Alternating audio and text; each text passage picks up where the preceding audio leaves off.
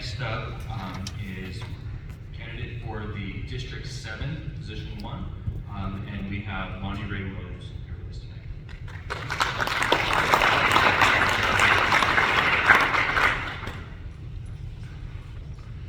First off, thanks for showing up. That's the most important thing that we can do is show up. Thank you for running.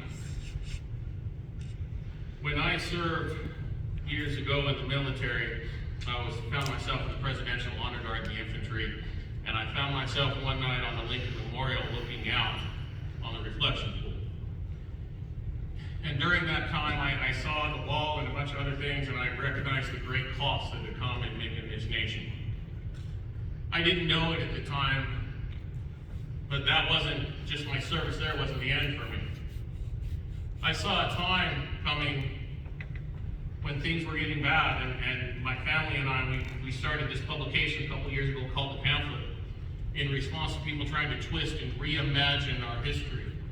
And that publication concentrates on our founding fathers, our founding principles, a representative government where we hire public servants to go forth and represent us and deliver what we want, not what they want. And I saw as that was falling apart across the nation, and we were trying to write about it to educate people about just people like Sybil Ludington, a 16-year-old girl who rode twice as far as Paul Revere.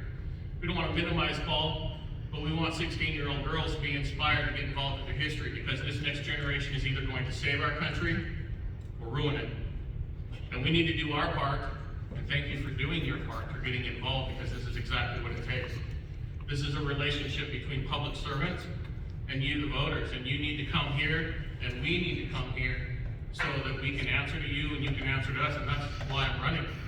Because we need that representative government to promote ideas like parents are the primary stakeholders of their children's lives. What's more common sense than parents being able to raise their children in their own way without government interference? Education dollars that follow students, not failing institutions. We want to fund our students' education, not failing buildings that indoctrinate our children. And we are an agricultural district across these 7 counties. This is the largest in the state and the 11th largest geographically in the country. This requires representation, and that requires someone who's willing to stand up and show up. I'm here. I will be wherever you need me, on one side of the district to the other, in the middle of the night. Every one of my campaign things has a 1-800 service that rings right to my cell phone. That's the type of representation you should have. Out of every one of whoever you're going to decide for, whether it be me or somebody else, please do your homework. Pick up the phone and dial them right now. If they're not willing to have that conversation and talk to you right now about the issues, what's the odds of that happening after the election? Get involved like you are. Thank you for showing up. God bless you, each and every one of you.